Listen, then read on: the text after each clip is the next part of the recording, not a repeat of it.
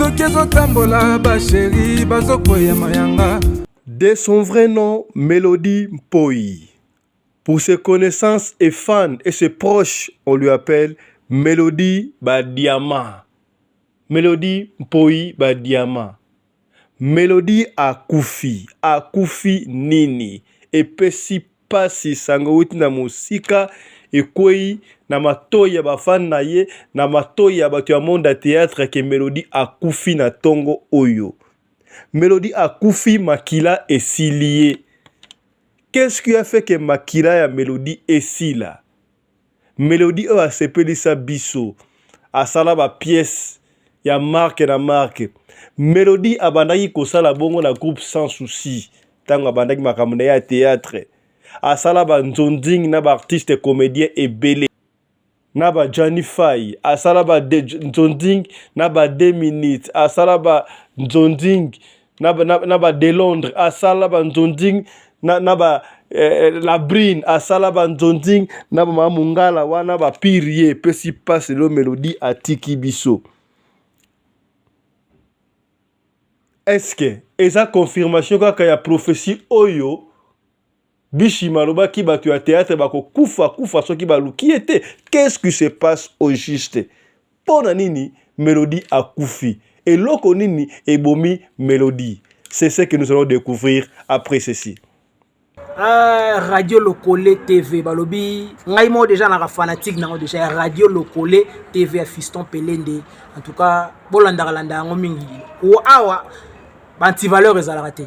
Parole de parfum d'hiver nandi mangana moi passé son andimi, donc c'est formidable. Check. Ouais, balobi bana monde entier ba fanatique tout la maison mère. Vous ça pas comme les autres yinongo, balobi tout beau santé ko s'abonner na page na biso.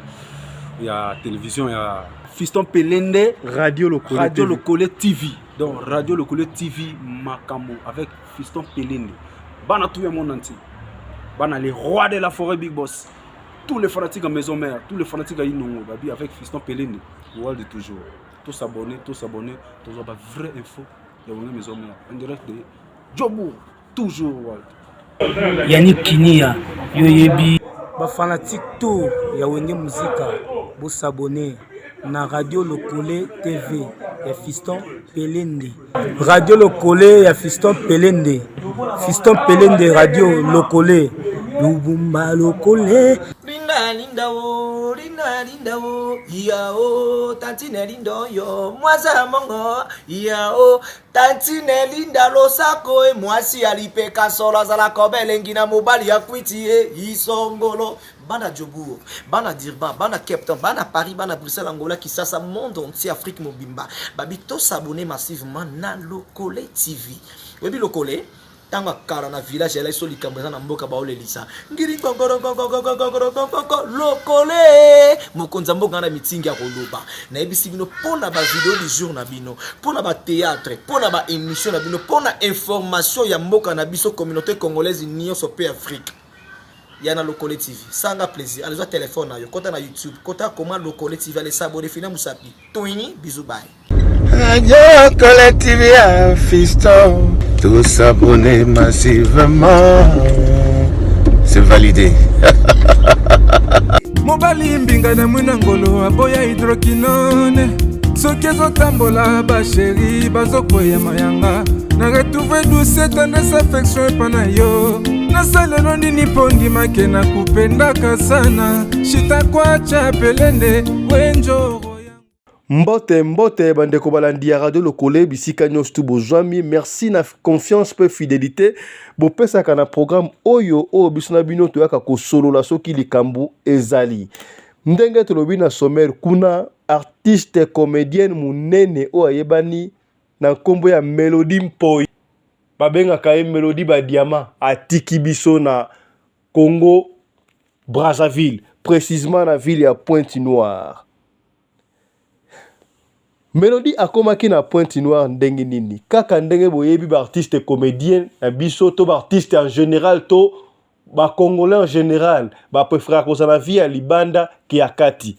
Après un grand succès au Mélodie asala atenta ko kende mikili ya poto et simbate atenta ndenge so simbate elle avait préféré ko se réfugier ailleurs pour la Congo tout pour la azala professionnel sengaka ke libanda esika o Mélodie a préféré ki azala akenaye na Congo Brazzaville pratiquement na Pointe-Noire.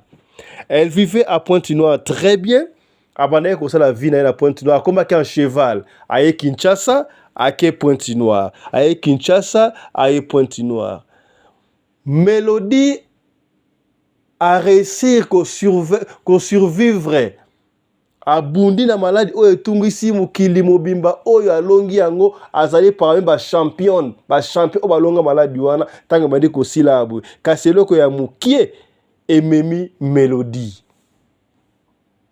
Mélodie akufi na nini epesi pasi maladi oyo bato basi balonga yango deja malaria pamba oyo. Mélodie a couffé na malaria. Qu'est-ce qui a fait que Mélodie a couffé na malaria? Mélodie azalaki maladie, mukie malade de joie qui est, car des la malade des yeux fièvre, aucun hôpital obimi ozongi boyebi ba hôpital à Congo Brazzaville, na Congo Kinshasa à peu près les SEM, à quel hôpital abimi, à quel hôpital à côté au hôpital était, alors qu'il n'est pas docteur ba pêcher ba kisi azongi na yi. Mais il se fait que et champira qui lobby avant-hier azwaki kisi aye kozonga lobby abande ko ka vertige muke bakena en hôpital baloyi makila esili. Mélodie a kufi pona makila esili na nzoto et pesi passe. Est-ce que réellement c'est là qui makila esili Mélodie tout quelque chose n'a pas marché? Et puis si passe, Yamboto continue, Toyoka, témoignage, il y a Franco, il y a un comédien, icône Mounene, Gianni Faye, il y a Labrine, elle a Mounene, Toyoka, comment est-ce qu'il nous explique, Liwa, il y a Mélodie, Mpoi, Diama et puis si passe. Suivez plutôt Gianni Faye, le mot de son rachous. Voilà, Walandi, to sana sango ya mawa, to uti kubungisa Mélodie, alors konde kandingu wanate, il faut toujours on a benga ka luambo ya ba musicien, ya ba comédien, soki ya lobi likamuluse ke zala kapena ya solo. To mona ki Mélodie na ba pièce belé ba ndonding basala, vraiment ba jouer pas belé na Gianni Versace, ya Faye, Mobutu, luambo ya ba comédien. To kaye impressionné par rapport à la disparition ya Mélodie. Ya Faye Mbote. Oui, Mbote, vraiment. Mbote. Voilà, on a en direct la radio le collé, il y a Fiston Pelende, tout juste à Mawa, Mélodie à Tekibiso, on a témoignage, Oyo Makambosa, na Mélodie, et comment ça s'est passé. Peut-être que un bon souvenir, au beau passanaye, tiens comme un liwaboué. Non, Mélodie, vraiment la piste dans la famille biologique, et puis on a des cognos, on a des Mélodie, on a fatigue naïe. Mélodie n'a pas groupe sans souci. Toujours fréquenté dans le tournage, il y a Nzunzing, il y a peut-être moins il y a Major Missadidi, il y a pauvre Gilles Bavo Mambo, il y a Autokufa, il y a son âme. On va toujours les blocs belé par Gilles Bavo Mambo, Gilles Bavo va la Koufi, il y a Autokoulé, samedi on a Poto. Et puis Mélodie a Koufi, on a Tongo, Makilé Silaki. Makilé Silaki maladie, Silé Brisque, qu'est-ce qui s'est passé? Non, Azaoubela vraiment, et puis Makine aussi la Yende, a confirmé la Tongo, la Point Noire. Pour y aller déjà Point Noire. Azaki de maladie, il y a maladie normale, tu maladie makasi à côté de l'hôpital, comment ça s'est passé? Bon, Azaki l'hôpital, mais maladie, c'est pas maladie normale, comme malaria. Pour son malaria, petit à qui est ça, la Yesu que j'ai la Point Noire, comme malaria. Ok, moi message na ba fan yostu o balinga ka Mélodie na surtout ma famille na bino ma comédie ba Holanda yo siko robini. Bon, yo on va ça pour la courage la famille na yé ko peuple de moto maman mo ndé mo de ça passe vraiment atibé ba na yé donc nzamba ya mala mo na yé na bande ko nyoso to ça musala mogo to ba ki to perdre élément to perdre ndeko na somo moi si me de dans makasi a kufi donc tous la matanga on va ça matanga pour la bango ou bien il vous a la les vous a programme to bien na yo iso belenda vous a programme yo so panza so ça vraiment ya mwana na baba. Voilà, merci beaucoup. Voilà, wana ezalaki ya Fay, boki Luambo ya ba comédien Johnny Fay depuis Paris a expliqué comment est-ce que Mélodie atiki biso na malaria. Mélodie azalaki na ba fan ebele. Fan moko atindringa voice awa aleli alobi nga soki théâtre et salami Mélodie azate na talaka te. Degra lela Mélodie epesi pasi to kaye azoi kolela Mélodie akei Mélodie ba diamant ah Mélodie wa soka beti na te noir ne moka na kotia noir bo mona wana na mbuntu wana doki ba tu bazo koya mayanga ah Mélodie to ka fan na ba malobia losako na bandeko ba congolais de partout esika tozali na pesbino mbote sango ya mawa ebeti lokola kake na matoi oyo ngai moko e surprendre ngai koyoka artiste na biso monene mwasi kitoko oyo ashwaka bien azala batala auti kotika biso oyo tobengi bongo na kombo ya Mélodie sango ekweli biso en Afrique du Sud na radio lokole balobi auti kotika biso lelo na tongo lelo il paraîtrait que donc makila makabwebele ba de thèmes surtout kozongo na sima moi personnellement esali ngai passe esali ngai pasi koyoka sango oyo je manque même des mots comprenez mon émotion parce qu'azali artiste moko nalingaka mingi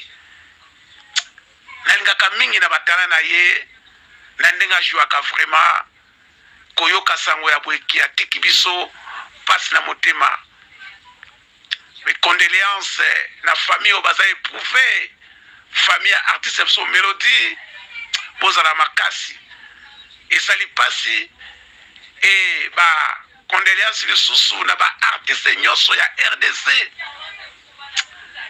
nazozanga maloba koloba passe na motema que son âme repose en paix mais a pasi kokabwana na nzoto boye ça fait mal et surtout azaki artiste on alingaki mingi na batala na ye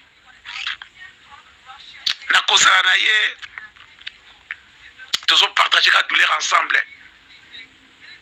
wana ezali message euti epai ndeko na bino depuis l'Afrique du Sud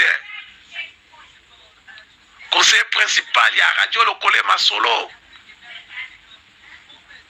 humble serviteur simple messager Polydor Matumona Congo central Sisabidimbu depuis l'Afrique du Sud et condoléances passe na motema tosala koboni nzambo apesaka yenda zwi lokumezo akepai na ye je manque de mots à dire merci beaucoup. Voilà, comprenez son émotion Polydor Matumona Sisabidimbu yepena lela Mélodie na ndenga kosakana te Mélodie ba diamant ah Mélodie mpoye parti ça fait vraiment passe na motema ça li passe na motema. Tu rappelles que Mélodie azalaki bongo la groupe Sans Souci, abandé ko la groupe Sans Souci, à part ça, abandé ko la bandonding ba producteur rebelle, Major Bisadidi, bazalaki belé, ba jouana ba to belé donc o ebi Mélodie te au côté na YouTube au beti n'importe quelle pièce ou série wana ba Jani au komona Mélodie epesi kitoko, epesi mabe, epesi mabe, epesi mabe passe na motema. Ba comédien babandi ko sila kaka bouye ba pionnier ba icon il faut que ce soit là mais la kolobelo ko moko tolobela makamba organisation ya ba comédien oyo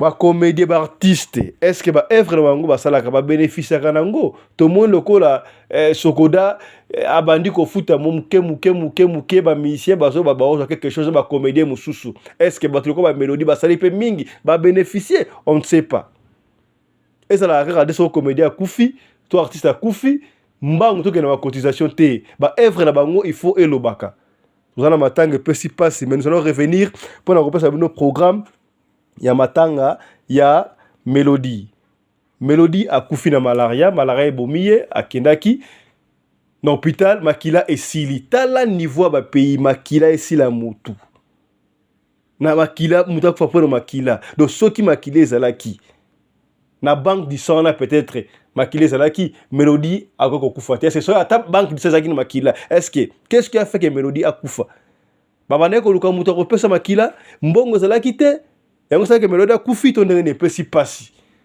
toliko loba mingi te toyika après on peut sabino annonce que Mélodie akufi Mélodie ba diamant vrai chéri aki ya théâtre et puis si passe tokozonga lisusu pour na ko sabino programme et puis kozonga à long et à large tokozo ba pirier ba te kirina ye ba la brine ba mama ngala tenga to so bango siko mais basana ba caillou mais tokozo bango un peu plus tard ba yo ka ba témoignage na bango d'ici là portez-vous bien santé de fer à tous chap chap et tchara.